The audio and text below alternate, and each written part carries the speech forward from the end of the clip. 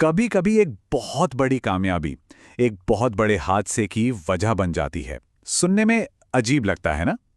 आज हम एक ऐसे ही धमाके की पड़ताल करने वाले हैं जो श्रीनगर के एक पुलिस स्टेशन में हुआ। और इसकी कहानी जुड़ी है एक कामयाब आतंकी साजिश को नाकाम करने से, जो सैकड़ों किलोमीटर दूर हुई थी। ये शब्द, ये बस एक झलक है उस तबाही की जो नौगाम पुलिस स्टेशन में मची थी। असल मंजर तो इससे कहीं कहीं ज्यादा भयानक था। और जब ऐसी तबाही दिखती है तो सबसे पहला सवाल मन में क्या आता है? तो चलिए सबसे पहले देखते हैं कि उस धमाके के बाद हुआ क्या, वहां का मंजर आखिर कैसा था। इस धमाके की कीमत बहुत भारी थी। 9 बहादुर पुलिस अधिकारियों की जान चली गई। कई और थे जो अपनी जिंदगी के लिए लड़ रहे थे। पूरा का पूरा पुलिस स्टेशन मलबे का ढेर बन गया था, और आसपास की गाड़ियां वो तो बस जैसे किसी ने खिलौने तोड़कर फेंक दिए हों। अब पहली नजर में ऐसी घटना देखकर कोई क्या सोचेगा? यही ना कि ये एक आतंकवादी हमला था, कि आतंकवादियों ने सीधे पुलिस स्टेशन को ही निशाना बना लिया। लेकिन सच सच हमेशा वो नहीं होता जो सामने से दिखता है। यहां भी कहानी कुछ और ही थी। धमाके की असल वजह वो बिल्कुल नहीं थी जो सब सोच रहे थे। ये कोई सीधा आतंकी हमला था ही नहीं, ये एक हादसा था, एक बहुत ही भयानक आकस्मिक धमाका। और इस त्रासदी की जड़ें वो इस पुलिस स्टेशन में नहीं, बल्कि सैकड़ों किलोमीटर दूर एक बिल्कुल अलग घटना में छिपी हुई थीं। सुनकर शायद यकीन ना हो, लेकिन इस धमाके का सीधा ताल्लुक हरियाणा के फरीदाबाद में नाकाम की गई एक बड़ी आतंकी साजिश से था। हुआ ये कि उस साजिश से जुड़े जो सबूत जब्त हुए थे, उन्हें जांच के लिए इसी श्रीनगर पुलिस स्टेशन में रखा गया था। मतलब सोचिए, जो सबूत एक बहुत बड़े खतरे को टालने के लिए रखे गए थे, वही एक नए खतरे की वजह बन गए। 2900 किलो, 2900 किलोग्राम्स, ये सिर्फ एक नंबर नहीं है। ये उस तबाही का वजन है जिसे हमारी इंटेलिजेंस एजेंसीज ने होने से रोक दिया था। इतना केमिकल, सोचिए जरा, एक बड़े शहर में क्या कर सकता था। बस एक पल के लिए सोचिए, अगर ये साजिश कामयाब हो जाती तो पूरे देश में क्या होता।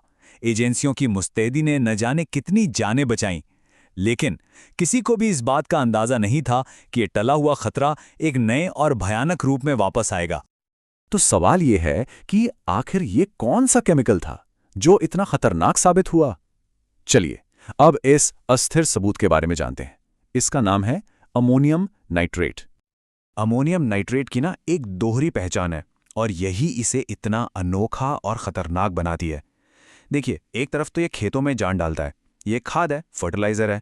लेकिन दूसरी तरफ अगर ये गलत हाथों में पड़ जाए या हालात बिगड़ जाएं, तो यही चीज मौत का सामान बन जाती है। एक बहुत ही ताकतवर विस्फोटक। तो ये अपने आप फट कैसे सकता है?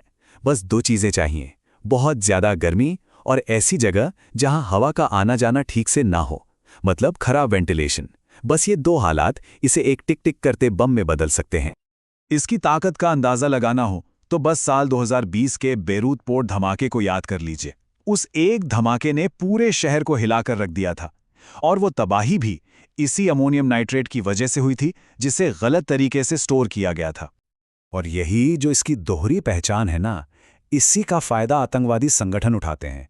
जो चीज एक किसान के लिए वरदान है, वही उनके लिए बन जाता है एक पसंदीदा हथियार।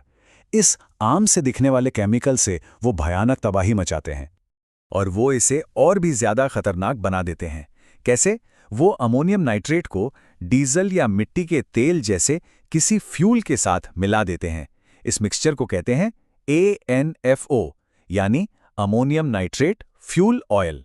और ये एक बहुत ही पावरफुल और अस्थिर बम होता है।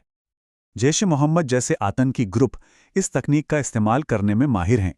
याद कीजिए, पुलवामा हमला, उसमें भी RDX के साथ ANFO का इस्तेमाल हुआ था।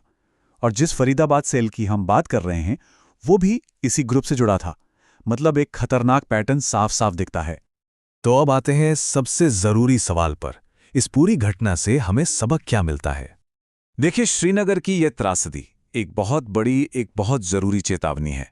ये हमें बताती है कि आतंकवाद से लड़ाई सिर्फ आतंकियों को पकड़ने या मार गिराने पर खत्म नहीं होती।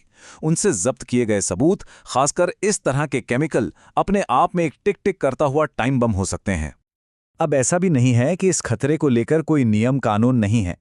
भारत में 2012 से ही अमोनियम नाइट्रेट के स्टोरेज को लेकर कड़े नियम हैं, लेकिन ये घटना ये दिखाती है कि जब यही केमिकल सबूत के तौर पर जब्त किया जाता है तो इन नियमों को लागू करना एक बिल्कुल अलग और बहुत बड़ी चुनौती बन जाता है।